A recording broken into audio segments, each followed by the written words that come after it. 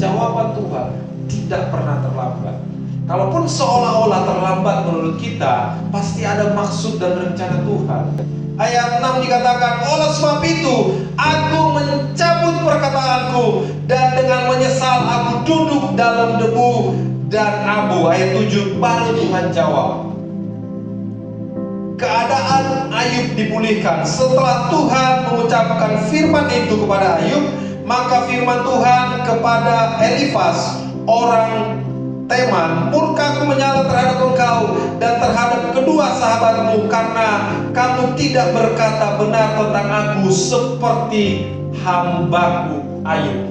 Jadi dalam segala hal penderitaan yang dialami Ayub, Alkitab berkata Ayub tidak pernah mengeluarkan kata-kata yang tidak benar tentang Tuhan.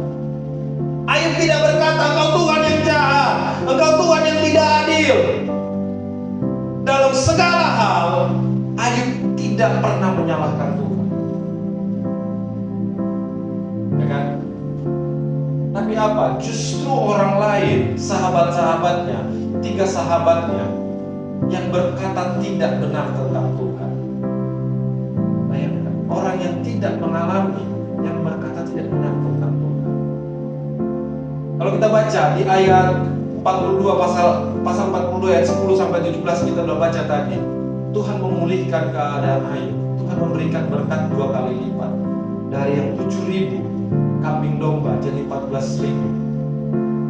Dari yang 3.000 jadi 6.000. Jadi dari yang 500 pasang keledai jadi 1.000 pasang. Tuhan memberkati. Tuhan memberikan anak-anak. Tuhan menggantikan lagi anak-anak.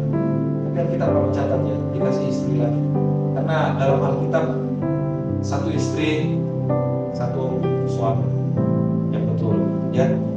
Anaknya digantikan oleh Tuhan.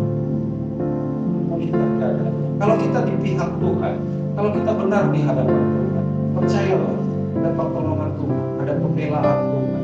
Memang kita kadang-kadang harus mengalami hal sulit. Kadang-kadang kita harus mengalami pemrosesan dari Tuhan. Agar kita apa? Agar kita iman kita semakin murni, agar kita semakin memiliki pengalaman yang baru dalam Tuhan. Namanya proses itu memang tidak enak.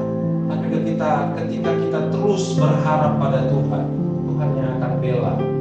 Kalau kita berkata Tuhan yang akan berperang untuk kamu, dan kamu akan diam saja. Di ayat lain dikatakan, kalau bukan Ayub yang berdoa kepada sahabatnya, maka Tuhan akan membinasakan. Bahkan yang lebih ngeri akan terjadi kepada sahabat-sahabatnya. Tuhan yang akan bela. Ketika kita dipojokkan orang, ketika kita dihina orang, ketika kita dinilai orang tidak baik, apapun pendapat orang tentang kita, biarkan saja. Biar Tuhan yang berperkara. Tuhan yang akan bela. Tuhan yang akan tolong. Amin. Berikutnya, apa yang dapat kita pelajari dari cerita Ayub ini? Yang pertama, kita belajar kesetiaan tanpa syarat adalah ibadah yang sejati. Bukan syaratnya, wah kalau Tuhan berkati saya masuk di SMA negeri, saya mau setia kepada Tuhan. Ya, Tuhan akan, jika Tuhan menjawab apa doa saya, apa pergumulan saya, ya saya, bukan karena Tuhan menjawab. Yakinlah bahwa Tuhan akan menjawab sesuai waktunya. Saya sudah pernah jelaskan di minggu-minggu sebelumnya bahwa ada kairos Tuhan, ada waktu Tuhan. Waktu kita dengan waktu Tuhan berbeda. Jangan paksakan agenda kita menjadi agenda Tuhan, tapi kita yang harus ikut dengan agenda Tuhan. Kita yang harus ikut dengan jadwalnya Tuhan.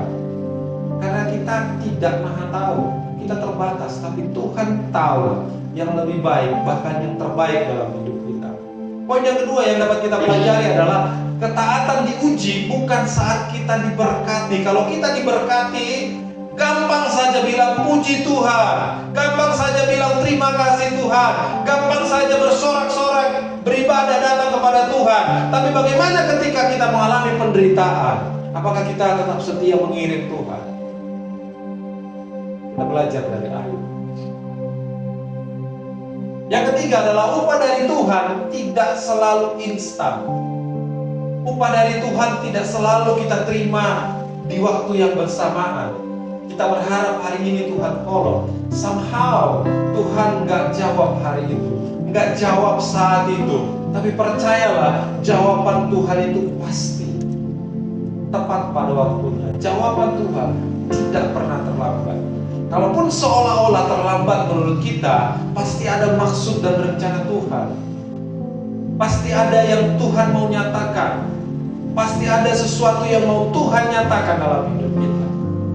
Yang keempat adalah pemulihan sejati adalah mengenal Allah lebih dalam secara pribadi. Jadi dari yang tadinya Ayub hanya mengenal Tuhan, hanya mengenal Allah berdasarkan kata orang, tapi setelah segala sesuatunya ini, Ayub mengenal Tuhan secara pribadi. Agar kita mengalami pengalaman pribadi dengan Tuhan, kita harus melewati ujian. Karena dari situ kita akan tahu, oh, cara kerja Tuhan begini. Oh, Tuhan menolong saya dengan cara seperti ini. Kalau hidup kita nggak pernah mengalami ujian, kalau hidup kita nggak pernah mengalami penderitaan, bagaimana kita merasakan besarnya kuasa Tuhan? Bagaimana kita merasakan tuntunan Tuhan? Bagaimana kita merasakan pemeliharaan Tuhan?